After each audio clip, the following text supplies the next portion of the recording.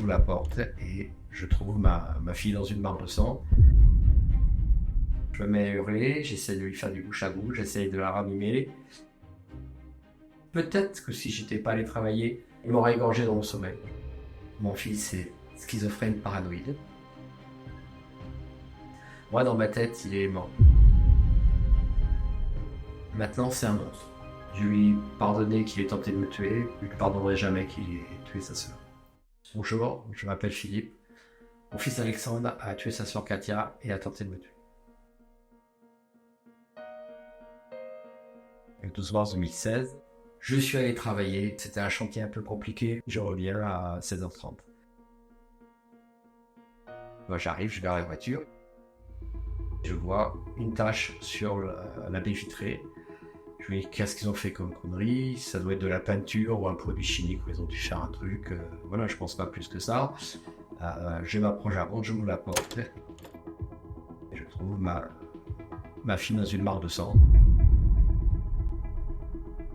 Moi, je me précipite sur Katia en disant, voilà, je vais te faire du bouche à bouche, je vais la sauver, elle vient de tomber, il y a quelque chose. Je comprends pas ce qui se passe. Je me mets à hurler, j'essaie de lui faire du bouche à bouche, j'essaie de la ranimer, mais j'ai pas eu le temps de faire grand chose. Mon fils dévale l'escalier avec un couteau, il me saute dessus. Comme la porte arrière n'est pas verrouillée, je viens de rentrer, je vais sur le parking, il me poursuit.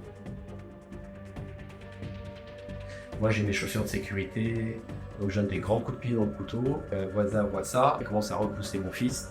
L'autre voisin a téléphoné à la police, donc il rentre dans l'appartement. Moi je reviens derrière, mais pas pour le suivre lui. Même s'il avait tenté de me tuer, je n'étais même pas dans l'idée qu'il avait tenté de me tuer. Moi j'avais qu'une chose dans ma tête, sauver ma fille. Et là la police arrive. Le gars me prend et me tire en arrière sur le parking. Je me débat, je repars vers ma fille. Il me reprend, je me débat, je repars vers elle. Il me prend, il me met dans un coin, il s'assoit sur moi. Là, je ne pouvais plus bouger. Donc il y avait d'autres policiers qui sont arrivés. Ils ont poursuivi mon fils. Mon fils en fait a traversé l'appartement et a sauté depuis le toit sur le parking arrière et a fui. Mon fils a été rattrapé, je crois, 3-4 heures après. Il me dit qu'il s'est rendu. Alexandre a tué sa sœur à 9h30 du matin. C'est un couteau qu'il a acheté 3 semaines, 1 mois avant. Donc c'est pas une engueulade avec sa sœur ou quelque chose et qu'il a pris un couteau dans la cuisine et puis il l'a tué. Non, non, il avait commandé le couteau. Il s'est renseigné comment dépecer un corps. Donc c'est pour ça souvent je dis ma fille a été assassinée. C'est-à-dire qu'il avait prévu. Peut-être que si j'étais pas allé travailler, il m'aurait égorgé dans mon sommeil. Il avait écrit un dossier qui s'appelait Nuisible. Et dedans, il y avait 2 de ses professeurs qui voulaient aussi assassiner. Donc moi, ma fille et 2 professeurs. À la limite, il s'en serait même pris à moi. J'ai même pas parlé qu'il est tué d'un étranger. Il aurait tenté de me tuer. Je l'aurais pardonné. Je suis vivant. J'aurais fait gaffe. Il aurait peut-être pris quelques années de prison pour tentative de meurtre. Mais j'irai le voir en prison, j'irai pardonner. Voilà. La seule chose impardonnable, tu vois, et Alexandre qui écoute ça, la seule chose impardonnable que tu as fait, c'est de tuer Katia. Elle t'avait rien fait, elle était adorable, elle t'aimait. Ça, c'est impardonnable. Mon fils est psychopathe, donc il est schizophrène paranoïde. Mais pour moi, à l'époque, c'était un adolescent chiant. C'est-à-dire jamais content, vous dites un truc, il veut moi balader. Lui d'abord, donc vous faites une balade par exemple, il se promène 200 mètres devant vous, il dit que la balade c'est nul, donc avec ma compagne il avait 6 enfants, il y en avait 5 super enchantés et un toujours qui râlait.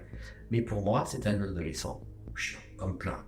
Mon fils a été, après ce qui est arrivé, a été interné. Je ne l'ai jamais vraiment revu, je l'ai vu au tribunal. J'étais au fond du tribunal, donc je ne lui ai pas parlé. Il y a quelques mois, j'ai reçu une lettre qui me disait qu'il était fier de moi, qu'il voulait reprendre contact, mais c'est compliqué. Moi, dans ma tête, il est mort. Maintenant, c'est un monstre.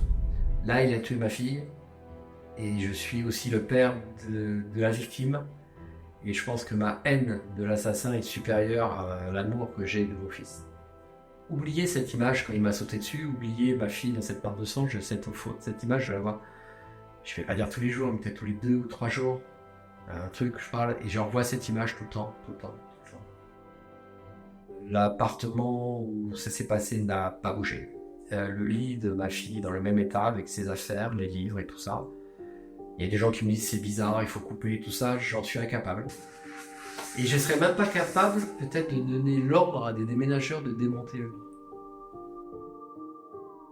J'aurais l'impression de la tuer une deuxième fois. Et je ne me vois pas, mais même retirer le drap, retirer quelque chose, prendre un livre et le mettre dans une autre caisse, j'aurais l'impression de la faire disparaître.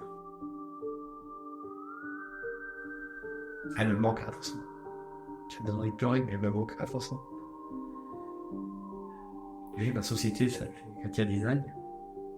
Parce que, voilà, c'était faire père et fille, comme souvent on voit dans les trucs. Et puis après, je serais parti à la retraite et elle aurait continué.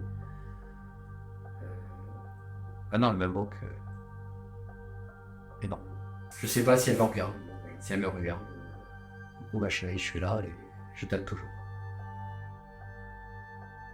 Donc, alors, mon fils a en théorie pris 15 ans. 15 ans d'hôpital psychiatrique. Est-ce qu'après il restera? À la limite, j'aimerais bien, parce que qu'est-ce qui peut arriver derrière? J'en sais rien. Alors, est-ce que j'en ai peur? Oui et non. Mais j'ai quand même cette idée qui me freine. Donc, il faut qu'il arrive à le retrouver. Mais ça, maintenant, avec la technologie, on retrouve. Est-ce que ça sera pour me dire, papa, pardonne-moi, je t'aime? J'en sais rien. Là, actuellement, je suis pas dans un état de lui pardonner.